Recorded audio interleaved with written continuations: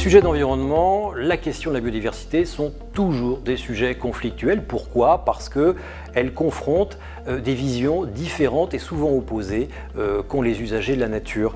Et ça, les gestionnaires de carrière le savent bien. Et c'est même la raison pour laquelle ce sont, dans le monde industriel, ce sont les premières à avoir pris à bras-le-corps le sujet de la biodiversité. Pourquoi? Parce que personne n'aime avoir une carrière à côté de chez lui. Les carrières ont une très mauvaise image. Et pourtant, et ça a été un long travail de pédagogie qu'ont fait les industriels de la carrière, et pourtant une carrière, on dit qu'elle ouvre des milieux, qu'elle fait venir des espèces pionnières et que, in fine, une fois qu'on l'a refermée, elle a plutôt enrichi les fonctions écologiques, elle a plutôt enrichi la biodiversité. C'est ce que vit au quotidien et c'est ce que réussit plutôt bien l'entreprise Bouguet-Leroux, qui en plus fabrique des matériaux écologiquement corrects, la brique, en particulier la brique monomure. Nous sommes chez Bouguet-Leroux, l'entreprise qui date des années 50, qui s'est industrialisée dans les années 50, a une spécificité, c'est-à-dire que nous sommes une SCOP. Cette SCOP a été créée dans les années 80 par nos prédécesseurs qui avaient la volonté de céder l'entreprise à leurs salariés.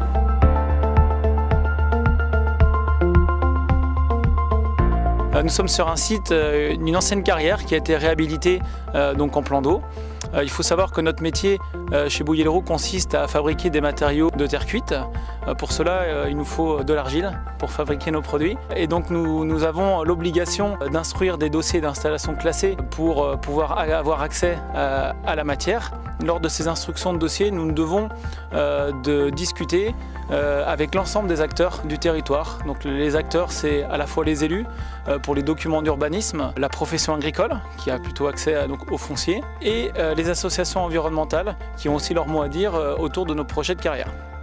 Donc ce type de remise en état a été partagé avec les différents acteurs de façon à répondre aux besoins du territoire. Sur le site précédent, nous avions une remise en état en plan d'eau sur lequel nous avons réalisé un certain nombre de plantations sur les abords pour qu'ils s'intègrent dans le paysage. À titre d'exemple, sur ce site-là, nous avons plutôt privilégié une remise en état agricole. Donc ça a consisté, nous avons extrait 15 mètres de gisement, donc il faut imaginer un trou de 15 mètres il y a une dizaine d'années. Nous avons ensuite remblayé ce site-là avec des matériaux inertes, terre et pierre, et ensuite nous avons remis la terre végétale que nous avions stockée préalablement en périphérie du site sur le site, et donc là nous louons le terrain à un agriculteur. Alors sur ce site-là, vous voyez les arbres qui sont en périphérie du site. Nous avions travaillé avec le CPIE lors de l'instruction du dossier de façon à les maintenir lors de notre extraction et aussi de les améliorer, donc de densifier ce maillage bocager. Alors sur ce site, nous avons mis l'accent sur la biodiversité, que l'on a travaillé avec les associations environnementales et on retrouve notamment plusieurs espèces protégées. Alors dans le cadre de notre démarche, notamment RSE, nous avons la volonté d'ouvrir nos carrières à la fois vers nos clients, mais aussi vers le grand public. Nous allons travailler sur des sentiers pédestres pour communiquer auprès des actions que l'on fait sur nos carrières.